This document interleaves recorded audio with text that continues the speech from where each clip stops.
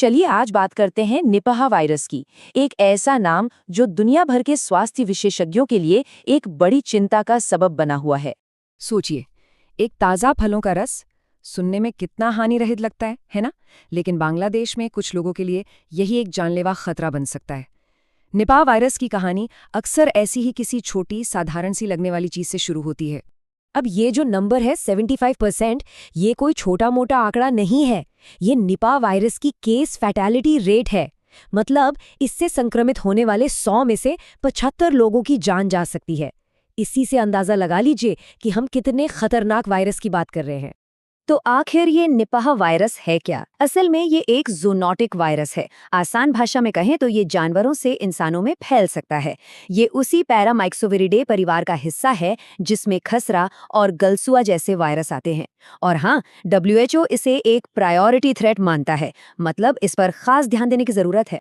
अच्छा, तो इस वायरस को और गहराई से समझने के लिए हमें थोड़ा पीछे चलना होगा। मतलब जहां से ये सब शुरू हुआ। तो कहानी शुरू होती है 1998 में मलेशिया से, जहां सूअर पालने वाले किसानों में अचानक एक अजीब सी बीमारी फैली। शुरुआत में तो लगा कि ये जापानी एन्सेफ्लाइटिस है, लेकिन 1999 तक साफ हो गया कि ये कोई नया वायरस है। बाद में जाके पता चला कि इसका असली घर तो मलेशियाई फ्रूट बैट्स यानी चमगादड़ है।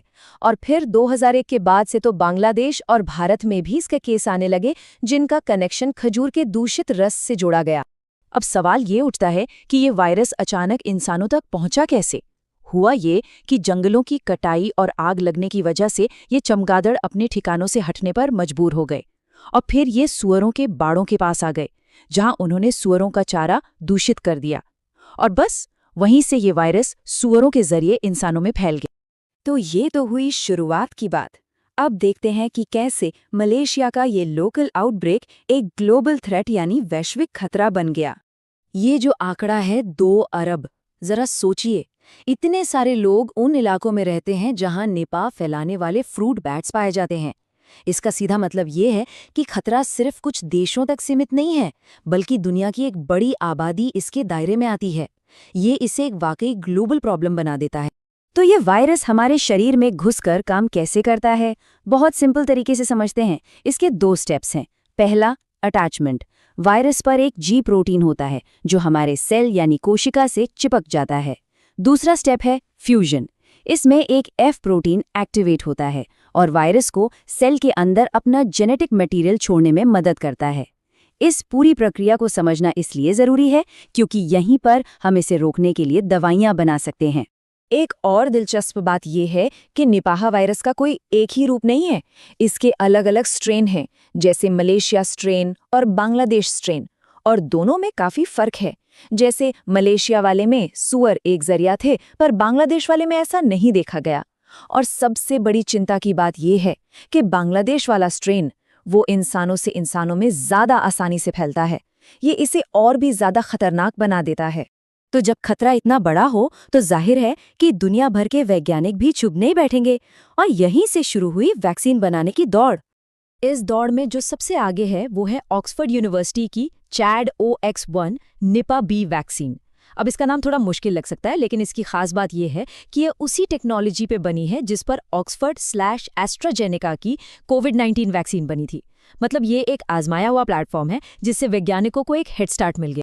और ये काम कोई एक संस्था अकेले नहीं कर रही, ये एक ग्लोबल टीम वर्क है। पैसा सीपी दे रहा है, वैक्सीन ऑक्सफोर्ड बना रहा है, ट्रायल्स बांग्लादेश में हो रहे हैं, और मैन्युफैक्चरिंग की जिम्मेदारी भारत के सीरम इंस्टीट्यूट की है। ये दिखाता है कि ऐसी बड़ी महामारियों से लड़ने के लिए पूरी दुनिया को साथ आना पड़ता है। और देखिए, 2025 के आखिर में एक बहुत बड़ा कदम उठाया गया। दुनिया का पहला फेज 2 ट्रायल बांग्लादेश में शुरू हुआ। फेज 2 का मतलब है कि अब वैक्सीन को उन लोगों पर टेस्ट किया जा रहा है जो वाकई इसके खतरे वाले इलाके में रहते हैं।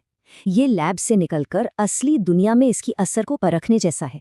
एक बहुत बड़ी कामयाबी है। लेकिन वैक्सीन तो अपना असर दिखाने में कुछ हफ्ते लगाती है।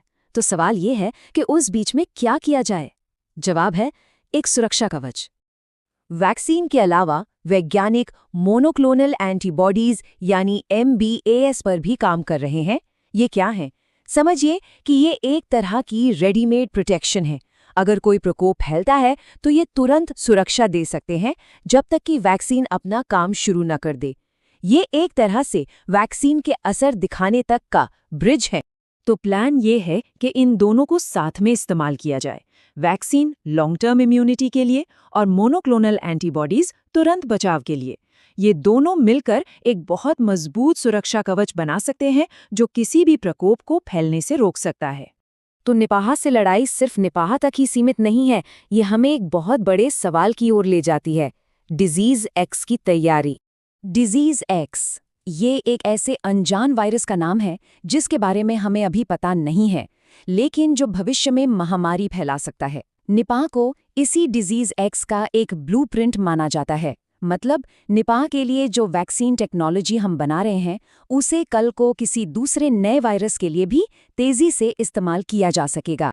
और ये सारा काम CPI के 100 डेज मिशन का हिस्सा है। ये मिशन क्या है? इसका लक्ष्य है कि भविष्य में जब कोई नई महामारी आए तो उसकी वैक्सीन सालों में नहीं बल्कि सिर्फ 100 दिनों के अंदर बना ली जाए। और निपाह पर हो रहा काम इस मिशन को हकीकत बनाने में बहुत बड़ी मदद कर रहा है। तो आज निपाह एक बड़ा खतरा है, लेकिन असली सवाल ये है कि क्या हम अगले डिजीज एक्स के लिए तैयार हैं?